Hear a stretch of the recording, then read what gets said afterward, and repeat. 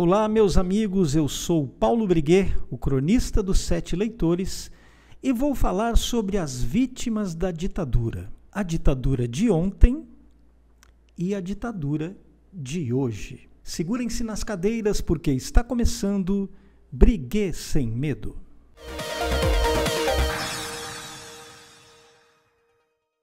A atriz brasileira Fernanda Torres recebeu o prêmio Globo de Ouro, o Globo de Ouro de melhor atriz. É um dos mais importantes prêmios da indústria cinematográfica americana e ela recebeu esse prêmio por sua atuação no filme Ainda Estou Aqui, um filme brasileiro, um longa-metragem brasileiro que conta a história da família de Rubens Paiva.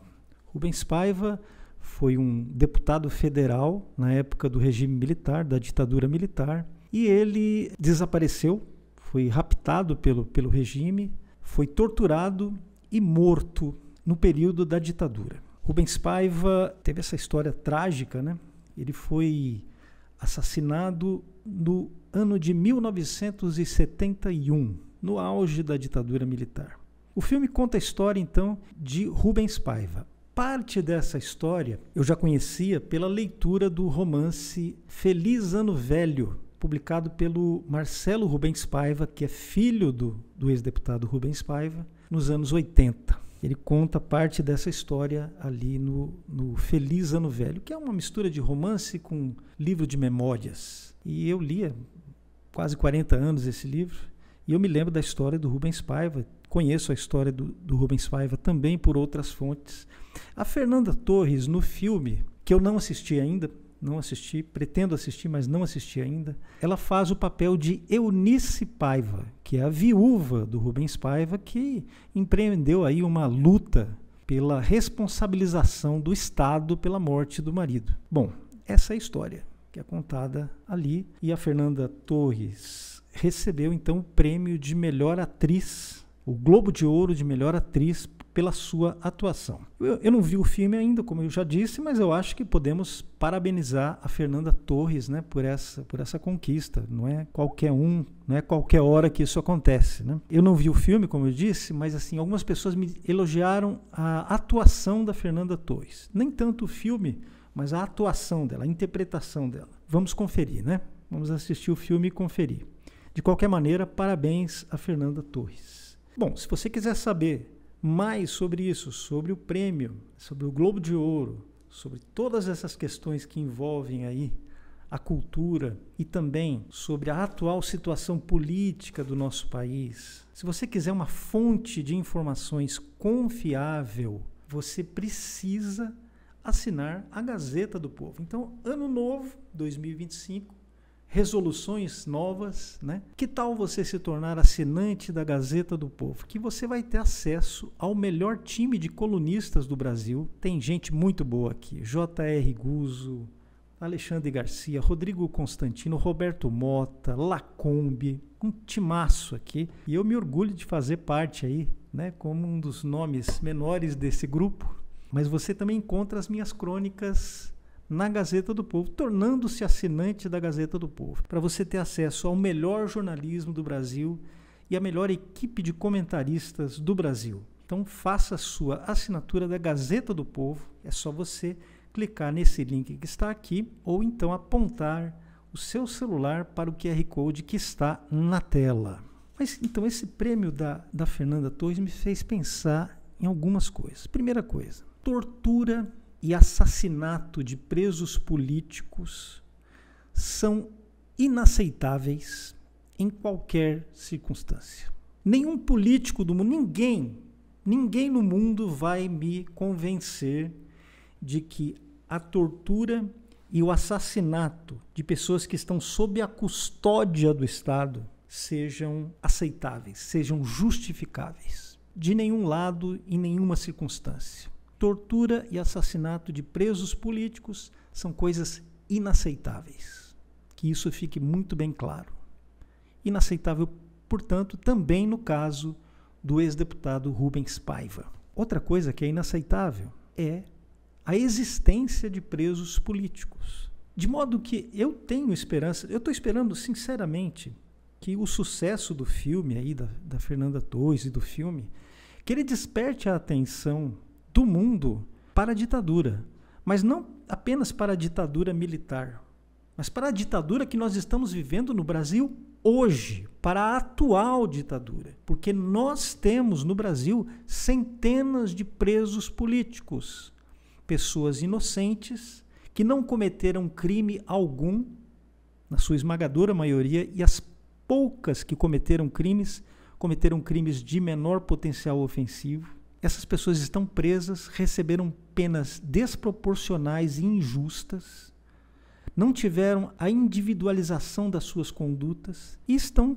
pagando como bodes expiatórios da atual ditadura, do atual regime, o regime PT-STF. Então, que esse filme sobre a ditadura do passado nos ajude a denunciar a ditadura de hoje, a que está acontecendo agora. É claro que não dá para fazer uma comparação absoluta entre os casos do Rubens Paiva e do Daniel Silveira. Afinal de contas, Rubens Paiva perdeu o seu bem mais precioso, que foi a vida. Mas o Daniel Silveira está preso ilegalmente também. Ele está preso ilegalmente. Ele está preso contra o que diz a Constituição Federal. Ele era um parlamentar, assim como o Rubens Paiva era um parlamentar. Ele exerceu o seu direito de palavra, algo que está na Constituição. Rubens Paiva foi acusado de outras coisas. Obviamente que isso não justifica o que aconteceu com ele, mas ele foi acusado de apoiar um grupo terrorista, a Vanguarda Popular Revolucionária. Essa foi a acusação contra o Rubens Paiva. E o Daniel Silveira foi acusado de gravar um vídeo xingando os ministros do STF. Obviamente, nenhum deles poderia ter sido preso dessa maneira, e muito menos torturado, e muito menos aniquilado, como foi o Rubens Paiva. Mas o Daniel Silveira, o seu advogado, denunciou à Comissão Interamericana de Direitos Humanos que ele está sendo submetido à tortura. Na visão da defesa do Daniel Silveira, ele está sendo submetido à tortura. É um parlamentar que usou o seu direito de palavra e perdeu a sua liberdade. Está há mais de 1000 dias na prisão. Agora, é preciso lembrar uma coisa também. Não foi apenas o Rubens Paiva que perdeu a vida naquele início dos anos 70. Pouco antes da morte do Rubens Paiva, em 10 de maio de 1970, um tenente de 23 anos da Força Pública, atual Polícia Militar de São Paulo, chamado Alberto Mendes Júnior, um rapaz de 23 anos, ele participou de uma operação de captura de terroristas na região do Vale do Ribeira, em São Paulo. Na região do Vale do Ribeira. Houve um confronto entre os terroristas e a polícia e vários policiais ficaram feridos. 6 policiais ficaram feridos nesse confronto. Os terroristas estavam em vantagem. O que é que o tenente Alberto fez? Como ele viu que os companheiros estavam feridos, ele se ofereceu aos terroristas como refém para que os companheiros pudessem receber atendimento médico, pudessem ser levados a um hospital, enquanto ele ficava como refém com os terroristas. Eis que depois de um dia e meio andando na mata, o Carlos Lamarca e seus companheiros fizeram um tribunal revolucionário e decidiram condenar à morte o tenente Alberto Mendes Júnior. Ele foi morto a coronhadas no Vale do Ribeira. Perdeu a vida de forma cruel no Vale do Ribeira.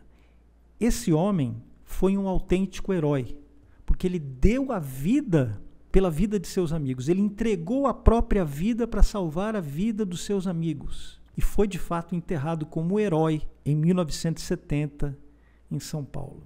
Espera-se que o Brasil reconheça o heroísmo e o sacrifício do hoje promovido a capitão Alberto Mendes Júnior, e que ele seja incorporado ao panteão de heróis da pátria. Então eu fico à espera de homenagens da nossa classe artística ao tenente, ao capitão Alberto Mendes Júnior, e também das denúncias sobre a ditadura brasileira e sobre a situação inaceitável do ex-deputado Daniel Silveira. Briguê Sem Medo vai ficando por aqui. Um abraço e até a próxima.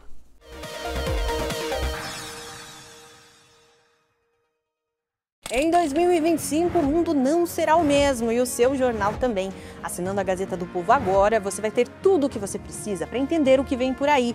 Acesso ilimitado com 50% de desconto pelos próximos 12 meses, mais e-book Dossiê Casabranca 2025 com análises exclusivas. Não deixe a chance passar. Garanta acesso ao jornalismo com credibilidade da Gazeta por apenas R$ 12,90 por mês. O seu e-book grátis chega na mesma hora. Promo 2025.